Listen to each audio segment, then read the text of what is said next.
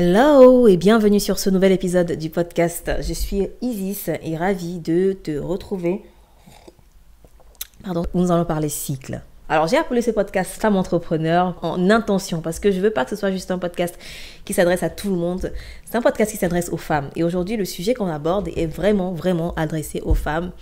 Et c'est adressé aux femmes qui veulent être épanouies dans leur vie personnelle et professionnelle.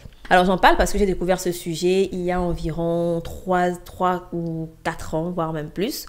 Et je me suis toujours posé des questions, je me suis toujours demandé si ce truc est vrai en fait, si ce truc marche. J'ai donc fait ma propre expérience, j'ai donc essayé pour voir si ce qu'on dit sur les cycles et l'influence qu'ils ont sur nous les femmes est vrai. Mais je n'ai jamais partagé ça, que ce soit à ma communauté sur Côté Positif ou à ma communauté sur Femmes Entrepreneurs.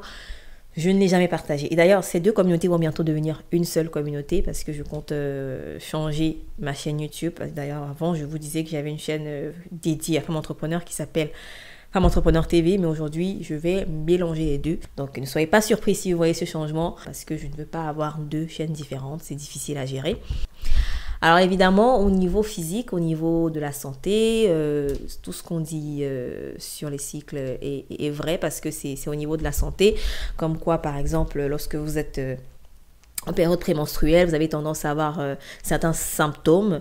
Vous savez que vous êtes dans votre période prémenstruelle. Pour certaines femmes, ça va être des symptômes très physiques qui vont être vus physiquement. Pour d'autres femmes, ça va être très émotionnel et mental, un changement émotionnel, des sauts d'humeur. Pour d'autres femmes, ça va être les deux à la fois. Et tout ça influence notre manière d'interagir avec le monde, d'interagir avec les gens, de travailler, de faire notre business, etc.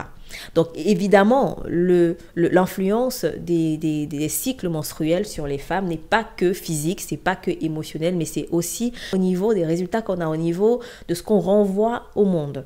Du temps de nos ancêtres, de nos aïeux, les femmes savaient ça, les femmes savaient ce secret et les femmes vivaient en accord et en harmonie avec leur cycle. Les femmes même avaient des cycles tellement réguliers entre elles, déjà, ça veut dire qu'elles étaient tellement proches, il y avait une telle sororité que les femmes avaient leur cycle au même moment, en la même période, en même temps. Et c'était des moments de recueil, des moments de rencontres, des moments de soutien, des moments où on se retrouvait pour discuter, pour parler, pour se soutenir, pour s'aider, voilà, des moments où on était ensemble. Mais avec la technologie, avec l'évolution, avec les choses qui ont changé, avec la modernisation, entre guillemets, on a commencé à perdre cette part de notre féminité. On a commencé à être désynchronisé. On a commencé à perdre même le lien qu'il y a entre ces cycles et notre réussite professionnelle, notre réussite personnelle. Et même dans votre relation amoureuse, ça se ressent forcément. Votre partenaire vous le dira peut-être. Vous êtes beaucoup plus susceptible, beaucoup plus sensible à certaines périodes de votre vie, à certaines périodes de votre mois. Vous êtes beaucoup plus joyeuse ou voilà, à certaines périodes de votre mois, que vous le vouliez ou pas. Maintenant, il y a des femmes qui vont se dire, oui, en la période où je me sens un peu down, un peu tristounette, un peu fatiguée, comment est-ce que je peux faire pour masquer cela, comment est-ce que je peux faire pour aller travailler malgré tout avec la même énergie, comment est-ce que je peux faire pour ne pas me laisser faire, etc. Ça, c'est le meilleur moyen de faire un burn-out, de se fatiguer, de s'épuiser. Pourquoi? Parce que l'énergie féminine est cyclique. L'énergie féminine est cyclique. Il y a des vagues beaucoup plus régulières. Ça veut dire qu'on va se sentir très bien et se sentir aussi très mal. Et il faut accepter cela. Il faut savoir créer un rythme, un style de vie autour de cela. C'est quelque chose que je ne faisais même pas avant. D'ailleurs, cette année, j'ai commencé à le faire carrément un planning d'activité pour l'année, de savoir à tel mois, qu'est-ce que je vais faire, comment, pourquoi, etc. Vraiment avoir un planning détaillé de son année pour son business. Je l'ai fait. C'est pas facile à faire, mais ça vaut la peine, je trouve, parce que voilà, là, ça me donne une vision vraiment plus claire et une direction vraiment sur ce que je dois faire en termes d'activité, des objectifs aussi à atteindre chaque mois. C'est vraiment top. Franchement, je vous recommande.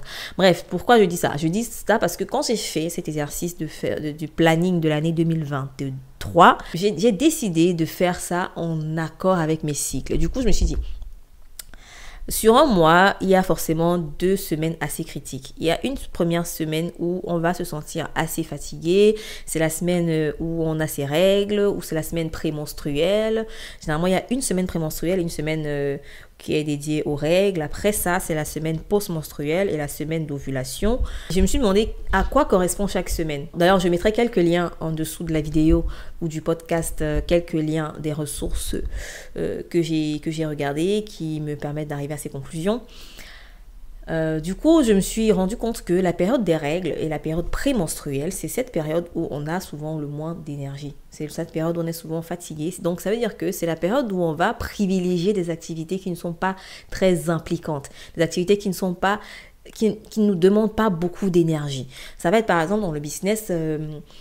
faire le bilan des activités précédentes. Ça va être organiser des réunions de suivi avec notre équipe. Ça va être par exemple prendre le temps de se former. Ça va être prendre le temps d'analyser la performance de ce qu'on a fait précédemment, de la stratégie qu'on a eue précédemment. Ça va être par exemple, voilà, à vous de savoir qu'est-ce qui prend le moins d'énergie dans mon business, et c'est sur ça que vous allez vous focaliser au cours de ces 2 semaines-là. Et les 2 semaines suivantes, donc la semaine d'ovulation, la semaine post-menstruelle et la semaine d'ovulation, c'est souvent les semaines où vous avez souvent une énergie beaucoup plus élevée, encore plus durant la semaine d'ovulation. Durant la semaine d'ovulation, c'est aussi la semaine où vous avez plus de glow, plus d'énergie, il y a une aura beaucoup plus positive, beaucoup plus féminine, beaucoup plus attractive, vous êtes beaucoup plus magnétique. C'est également la période là où on recommande de faire des choses qui vont nécessiter de l'énergie, comme par exemple faire des lives, accueillir des clients, faire des appels de découverte, si vous en faites, faire des conférences, aller rencontrer vos clients, faire des contenus pour vos réseaux sociaux, ce genre de choses. Donc, c'est vraiment la période qui est recommandée pour ça. Ok? Mais vous n'allez pas essayer de faire des contenus, faire des lives, faire des trucs très impliquants à une période de votre cycle où vous êtes vraiment fatigué. Sinon, ce serait ne pas vraiment maximiser l'efficacité de votre féminité. Et la féminité a un pouvoir. La féminité a vraiment ce pouvoir-là parce que quand on a des cycles et qu'on respecte ces cycles, on en tire profit vraiment de manière tellement bénéfique. On est vraiment aligné et on arrive à avoir des résultats parce que lorsqu'on a des pics d'énergie, c'est vraiment de la vraie énergie. Hein. C'est pas juste ouais, on se sent bien. Ouais, c'est vraiment de la vraie énergie qui peut être utilisée dans votre business. Et je le redis tout le temps, nos ancêtres savaient cela, les femmes savaient cela, elles utilisaient ça dans leur vie. Pendant la période d'ovulation, on a vraiment ce glow parce que le corps est ouvert, le corps est réceptif, le corps irradie, le corps est prêt à accueillir de la vie, le corps se prépare, donc le corps veut être dans les meilleures conditions possibles. L'énergie du corps est vraiment dans les meilleures conditions possibles pour accueillir une vie. Et du coup, vu que l'énergie ne disparaît pas, elle se transforme. Si vous prenez cette énergie, si vous ne faites pas de bébé, bien sûr, vous prenez cette énergie-là pour l'investir dans votre business, mais vous allez créer des choses. Vous allez créer des choses, ok? Donc, je voulais juste toucher un petit peu à ce sujet-là parce que ça m'a parlé, ça m'a interpellé, j'ai trouvé ça très intéressant. Et je me suis dit que les femmes devraient se reconnecter avec leur énergie féminine un peu plus. En fait, les hommes, je n'ai pas parlé des hommes, parlons un peu des hommes. Les hommes sont moins cycliques que les femmes. C'est pour ça que les hommes vont généralement avoir, au cours du mois, un peu la même énergie. Voilà, un peu la même énergie, plus ou moins constante sur le mois. S'ils n'ont pas ces informations que je suis en train de donner, ils ne vont pas comprendre pourquoi leurs partenaires, généralement, s'ils ont des partenaires, s'ils sont hétérosexuels, bien sûr, pourquoi leurs partenaires sont un peu chiantes à certains moments du mois. Et donc, c'est à vous, mesdames, de leur expliquer ce qui se passe et de leur faire comprendre que c'est normal. C'est normal. Donc, si vous êtes chiante à certains moments du mois, qu'ils acceptent, c'est normal. OK? Et pareil, dans votre business, faites comprendre à votre équipe si vous avez moins envie de faire des lives, de faire des contenus à certains moments du mois, c'est normal. Donc, vous leur expliquez. OK? Je pense que ça vaut la peine d'expliquer et que chacun dans le business contribue à faire que ce ne soit pas une faiblesse, mais plutôt une force d'être dans certains moments du mois où on ne se sent pas très bien. Lorsque vous en parlez à votre équipe, ça permettra de faire ajuster les forces, de faire ajuster les énergies pour que lorsque vous êtes down, que ce ne soit pas le business, qui faiblit, quoi, qui puissent maximiser leur énergie sur certaines choses pendant que vous vous ressourcez. Donc je vous laisse vraiment réfléchir à ce que je viens de dire. Dites-moi si vous êtes d'accord avec ça, avec ce que je viens de partager ou pas, si vous ressentez que vous avez des énergies plutôt cycliques et est-ce que vous allez utiliser cette énergie-là dans votre business ou pas.